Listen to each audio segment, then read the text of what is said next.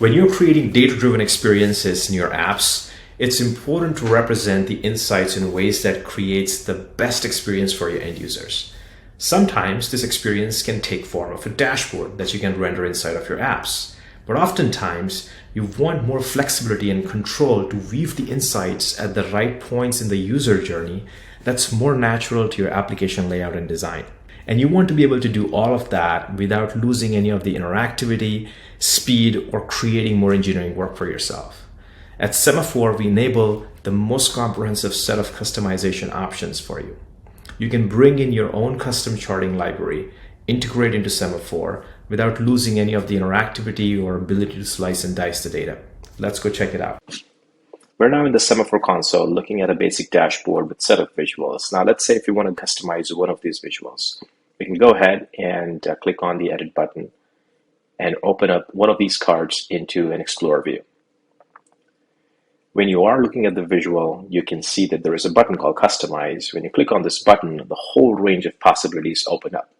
The first thing to note is that Semaphor is based on open standards, and we use the open source charting library to deliver the charts within Semaphor. You can have a full range of customization options available, all the way from color through to different visual properties that you can fine tune. If you want to learn more about the charts we use, you can click on the documentation link here, which takes you to the whole Chart.js ecosystem of different visualizations. You can come in here, take a look at different types of charts. You can see different options. You can also replicate some of these charts by directly copying and pasting the configuration files from here directly into the Semaphor. Now let's say if I want to reduce the thickness of this donor chart, I can simply do that by coming in here and providing a cutout property. The cutout property takes percentage as its parameter, so I'm going to say I'd like to cut this out by 70%. Hit apply, and there you have. It looks a little bit better. So that's how you can easily customize the range of different properties for this chart. Now the next question you may have is, how do I bring in my own custom charts that I have built and integrate them into Semaphor? For that, we need to first set up the project. Let's go do that. I have two windows open here. In the first window, I'm logged into Semaphor console. On the right-hand side, we have a terminal open. So let's first go ahead and create a React project. This would be the Vite project. We're going to say npm create Vite latest. We're going to provide project name as custom dashboard. Hit enter. I'm going to pick React as a library. I'm going to say yes to TypeScript. At this point, we should be good to go. So we're going to go cd custom dashboard and open up our editor here. Now we're going to first go ahead and say npm install. That installs all the dependencies for this project. And then we're going to do npm run dev, which starts our dev server running on localhost 5175 that you see here. This is the basic React project. What we're going to do next is we're going to get rid of all of this and come back to the hello world, and we'll start from the blank slate. Okay, let's get rid of all of this, and we're just going to say hello world. And now when we switch back to the browser, we should be able to see hello world. Let's also get rid of all the styles in here. Let's remove all of that. And now let's see, we are at hello world. And click on the code button here, which gives us the code snippet that we can copy and paste it into our editor. Let's come in here and paste that. Hit save. See here is the red squiggly line that tells us that we need to install Semaphor dependency to our project. Let's go ahead and do that. So I'm going to create a new terminal here and say npm install Semaphor latest. Once you do that, the red squiggly line goes away. All right, now we're good to go. Let's switch back to the browser and we should see no errors at this point. All right, so that's how quickly you can get a dashboard up and running within your React application. A few things to note here. The first, this code snippet gives you a basic boilerplate to retrieve the token from the Semaphor API and it uses the dashboard component to pass the token and the theme to render the dashboard inside of your apps. When you're deploying this in production, you definitely want to fetch this URL from some sort of a serverless function, so you don't expose your dashboard secret into the front-end code. But for the sake of simplicity and testing purposes, you can get started by simply running this code in your client application.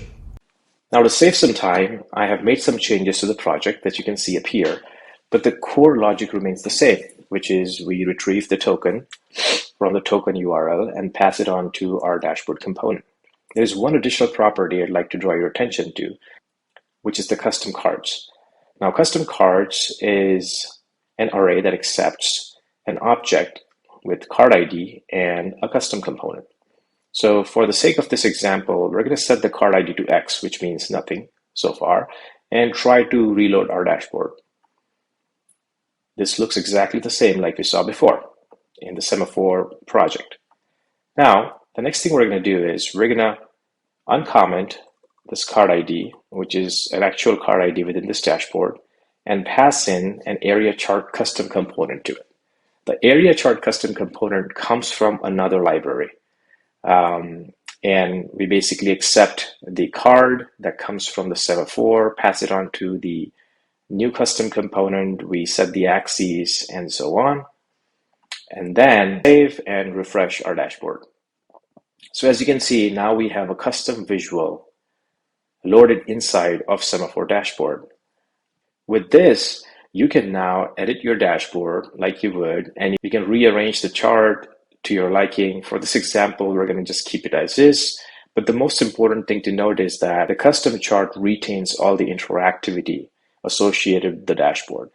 Now I can also click on one of these data points for the custom chart. For example, I'd like to see my orders by category for the state of California. I can easily do that. This shows that you can bring in your own custom charts into Semaphor while still maintaining the interactivity, the filtering, and the slicing and dicing of the dashboard.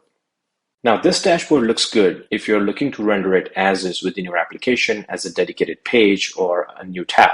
But what if your application looks something like this, where you want to utilize the available space more efficiently? Semaphor solves for this use case as well. Now, let's go back to our project. Here we can see the application looks almost exactly the same with a couple of changes. The first one is that we no longer have the dashboard component here. Instead, we are using a use dashboard hook. We provide the dashboard ID and authorization token to it. And within that, we now have a new component called card with the tabs. So let's go take a look at what that component does. The card with tab effectively uses the hook called use card. It's making use of all the 5 cards that we saw in the dashboard over here. We're going to make call to all 5 of those through the use card hook, and then we pass it on to an HTML. And that's all that's needed. The rest of the stuff down here is plain HTML. There is no additional code or filtering or state management logic. We are purely rendering in HTML. All right, now let's go back to our app.tsx here and uncomment the card with tabs, hit save, and there you can see our optimized dashboard loaded into the app. We have consolidated 5 cards into 1 card, and the dashboard still retains the interactivity associated with the dashboard that we previously saw over here.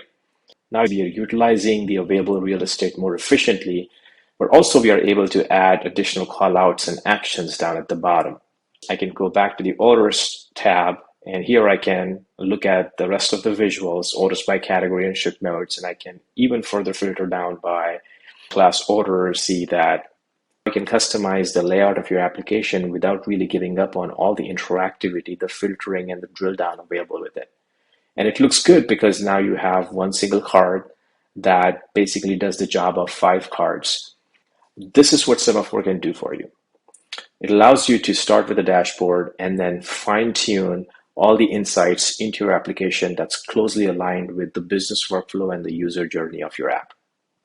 So that's how quickly you can assemble a rich interactive experience for your end users. At Semaphor, Our mission is to enable you to build production-grade, user-centric apps in minutes instead of days. If you'd like to learn more, reach out to us.